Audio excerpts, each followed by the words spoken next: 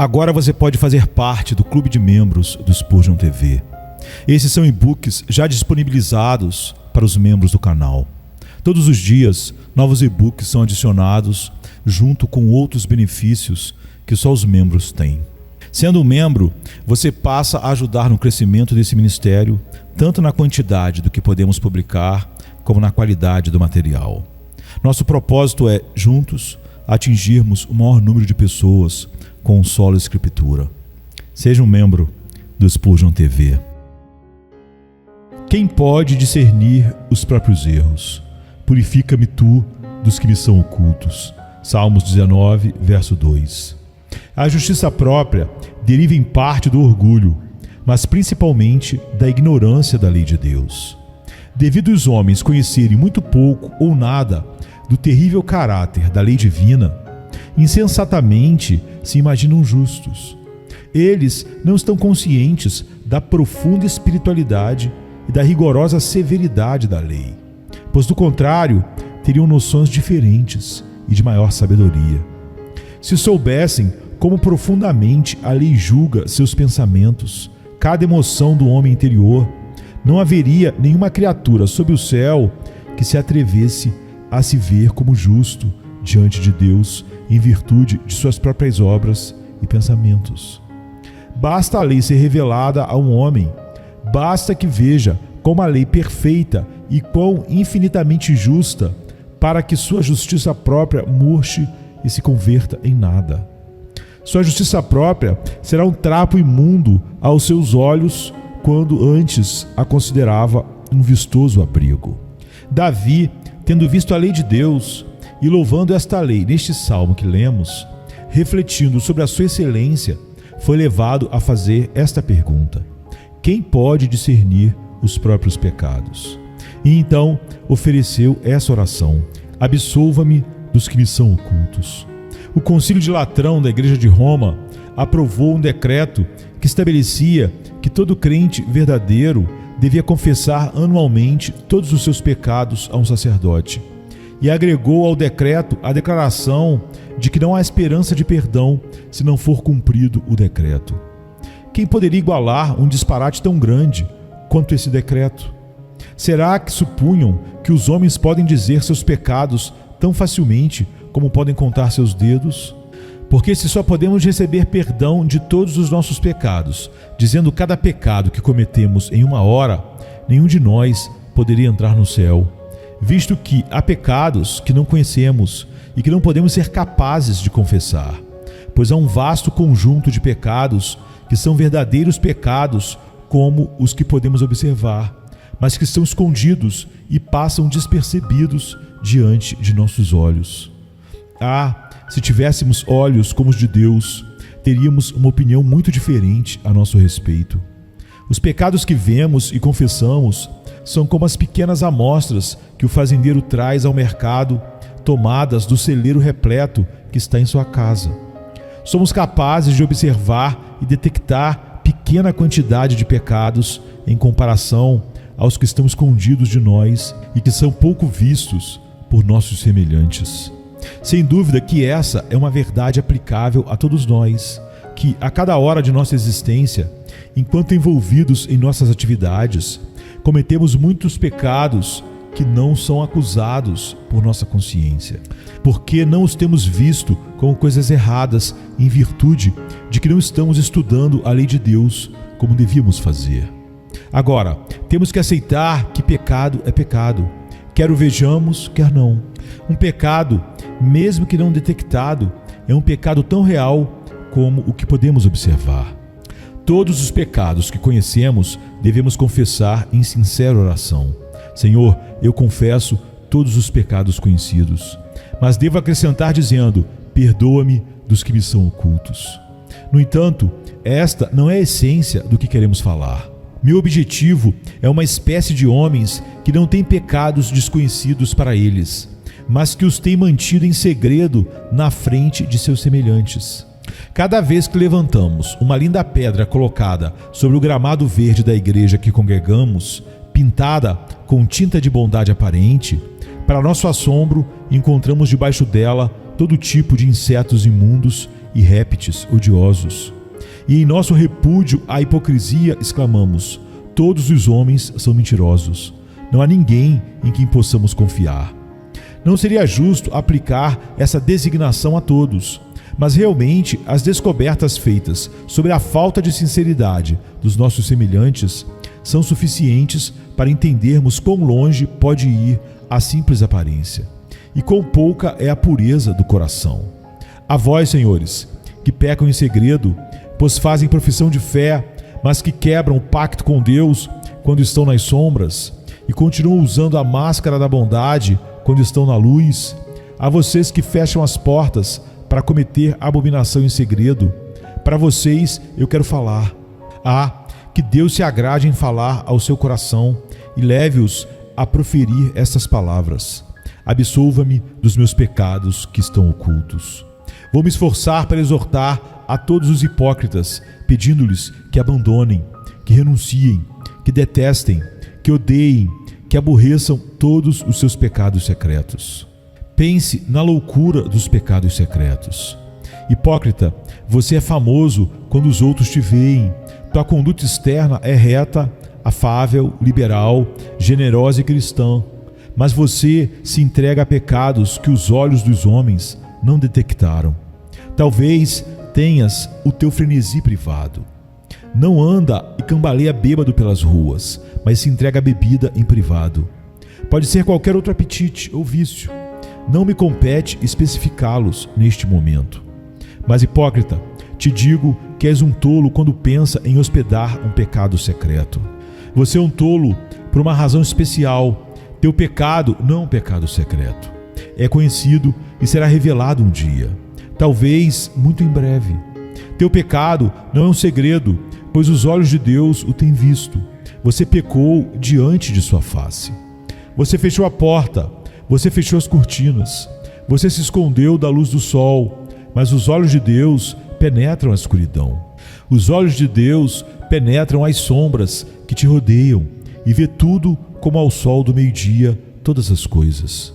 Você não sabe, ó homem, que todas as coisas estão nuas e patentes diante dos olhos daquele que devemos prestar contas? Quando um sacerdote enfiava a faca nas entranhas do animal do sacrifício, descobria ali o coração e o fígado, e tudo que estava nas entranhas. Assim és tu, ó homem visto por Deus, cortado em duas metades pelo Todo-Poderoso. Não tens nenhuma câmara secreta onde possa se esconder. Não tens nenhum porão escuro onde possa esconder tua alma. Cave profundamente, tão profundamente que chegues ao inferno, mas não encontrarás terra suficiente para cobrir o seu pecado. Se pudesses reunir montanhas sobre a tumba do seu pecado, essas montanhas contariam o segredo que está em suas entranhas. Se pudesse jogar seus pecados ao mar, 1000 ondas sussurrantes contariam o teu segredo. Não é possível que te escondas de Deus. Teu pecado está registrado no céu. O ato, quando foi cometido, foi registrado no céu e ali permanecerá. E um dia tudo será revelado aos olhos curiosos de todos os homens. Como hipócrita e falso, você cometeu seus pecados em segredo, é claro, mas foram observados pelo Senhor que tudo vê. Quão tolos são os homens quando pensam que podem fazer algo em segredo. Este mundo é como uma colmeia de vidro, dentro da qual as abelhas trabalham. Podemos então observar e ver todos os trabalhos dessas criaturas. Assim, Deus olha dos céus e tudo vê. Nossos olhos são débeis, não podemos ver no escuro, mas os olhos de Deus, como um globo de fogo, atravessa a escuridão. Ele lê os pensamentos do homem e vê suas ações quando ele pensa que está bem escondido. Esse pensamento seria suficiente para nos refrearmos de todos os pecados, se tão somente aplicássemos a nós. Tu é o Deus que vê. Ladrão, pare, deixe o que tens roubado. Deus te vê. Nenhum olho na terra te contempla, mas os olhos de Deus estão agora olhando desde os céus. Blasfemo, as pessoas que te preocupam não viram teu julgamento, Mas Deus escutou. Teu juramento penetrou os ouvidos do Senhor Deus dos exércitos. Ah, tu que levas uma vida imunda, mas parece um empresário respeitável, mostrando aos homens um caráter afável e bom. Teus trabalhos são todos conhecidos e estão escritos no livro de Deus. Ele tem um diário de todas as tuas ações. Pense naquele dia em que uma multidão estará reunida, comparada com a qual qualquer multidão aqui não passa de uma gota em um balde, e Deus lerá a tua história secreta, e os anjos e os homens ouvirão. Estou certo de que não há ninguém que gosta de ler todos os seus segredos, em especial os nossos pensamentos secretos. Se eu escolher entre essa congregação o homem mais santo e lhe pedir para se levantar e falar: bem, Senhor, eu sei todos os seus pensamentos, estou pronto para contá-los. Eu tenho certeza que me ofereceria o maior suborno que pudesse conseguir para que eu ocultasse alguns deles. Conte, me diria, as minhas ações, pois delas não me envergonho, mas não conte meus pensamentos e imaginações, porque deles sempre estarei envergonhado diante de Deus. Quão grande então, pecador, será a tua vergonha quando tuas lascívias secretas, tuas transgressões privadas, teus crimes ocultos forem anunciados desde o trono de Deus e publicados por sua própria boca, e com uma voz mais forte que 1000 trovões declararem teus segredos diante do mundo inteiro reunido. Qual será o teu terror e confusão então, quando todas as obras do teu coração forem publicadas em face do sol para todos os ouvidos da humanidade? Ó, renuncie à insensata esperança, pois teu pecado tem sido registrado neste dia e será publicado um dia em todas as paredes do céu. De todos os pecadores, o homem que faz uma profissão de fé evangélica e ainda vive como o mundo é o mais miserável. O ímpio descarado que toma o copo na mão e diz: eu sou um bêbado e eu não me envergonho disso, será indescritivelmente miserável no mundo que está por vir, mas teve sua breve hora e momento de prazer. Um homem que diz maldições e blasfêmias e diz: este é o meu costume, eu sou um blasfemo, e faz disso uma profissão, tem ao menos alguma paz entre aspas em sua alma, na escuridão temporária que vive. Mas o homem que anda com o ministro de Deus, que está unido à igreja de Deus, que vai ao povo de Deus e se une a ele, e então vive em pecado, quão miserável deve ser sua vida. Tem uma vida pior do que a do rato que está em seu esconderijo e corre em segredo para pegar migalhas, e em seguida retorna rapidamente para o seu buraco. Esses homens devem se apressar para o pecado de vez em quando, e ó, quão temeroso está de ser descoberto. Um dia, talvez, ele mostre o seu caráter, mas com maravilhosa astúcia consegue esconder e disfarçar. Mas no dia seguinte algo acontece de novo, e vive então em constante medo, dizendo mentira após mentira, fazendo com que a última seja convincente, acrescentando engano a engano, para que os outros não descubram. Como dizem os versos, ó, é uma amaranhada teia que tecemos quando uma vez nos aventuramos a enganar. Se eu vou ser ímpio, levarei a vida de um pecador fanfarrão que peca diante da face do dia. Mas se peco, não vou agir como um hipócrita e um covarde. Não vou professar ser de Deus enquanto passo a vida com o diabo. Esse truque do diabo é algo que todo pecador honesto, entre aspas, deveria se envergonhar. Ele dirá: agora, se eu verdadeiramente sirvo ao meu Senhor, lhe servirei de forma declarada e não fingir a respeito disso. Se faço uma profissão, a cumprirei, mas se não faço, se vivo em pecado, não vou escondê-lo por meio da hipocrisia e falsidade. Algo que tem paralisado a igreja e que tem partido o seu vigor é a mais infame hipocrisia.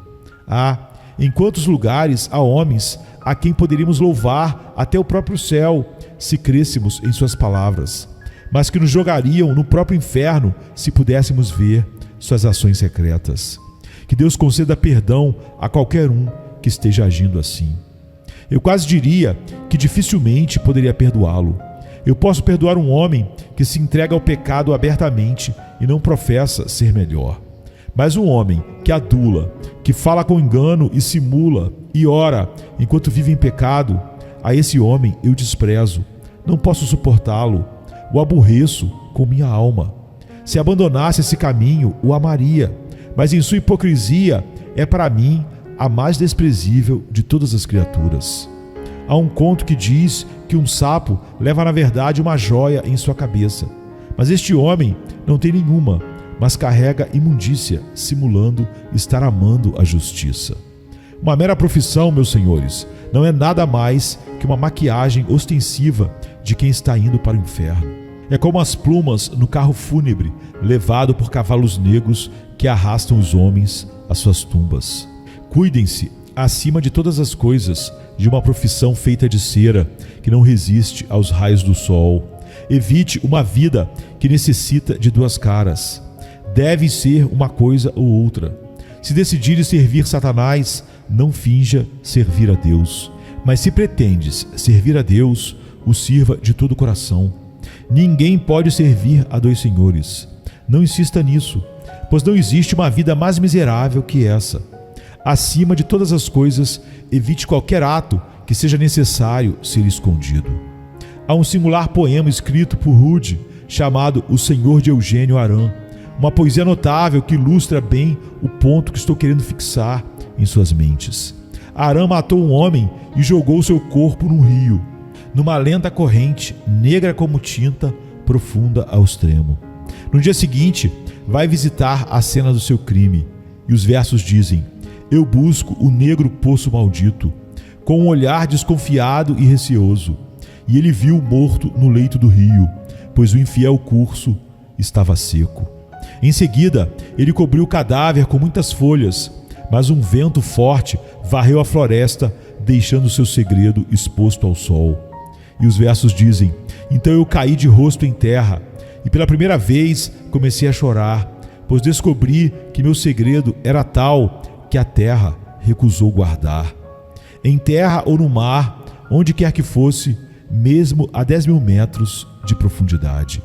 Ele profetiza que será descoberto com notas melancólicas.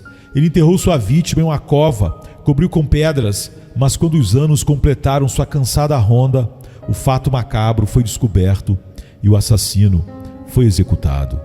A culpa é um mordomo sinistro, e todos os seus dedos estão manchados de sangue.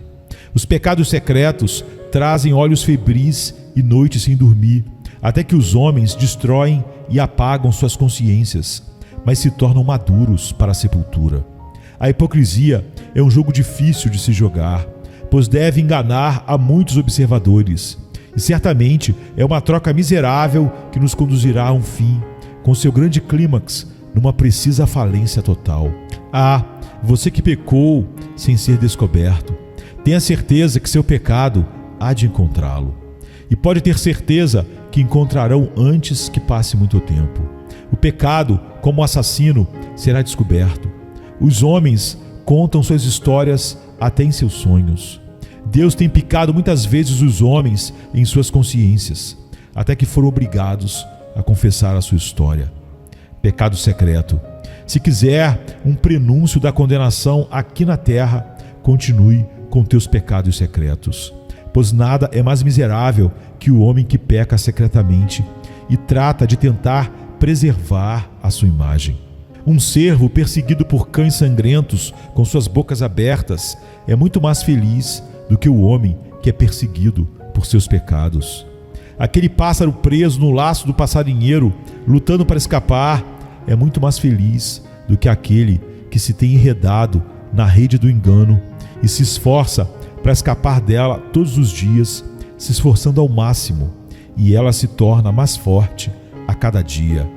Ah, a miséria dos pecados secretos. De fato, tu podes orar agora. Livra-me dos que me são ocultos. Venha se cansado estás, e eu descanso darei.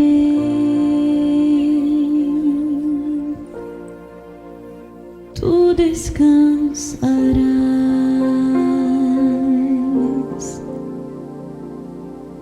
Venha me ensinar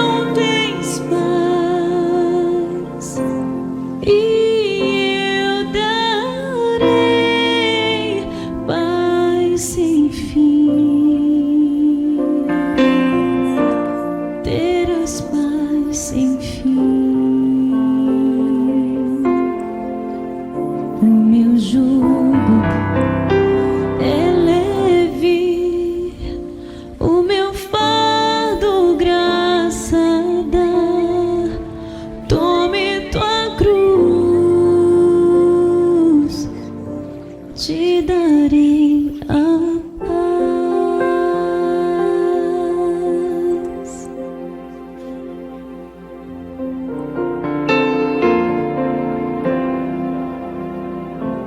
Venha o aflito e lhe darei paz. Minha paz darei.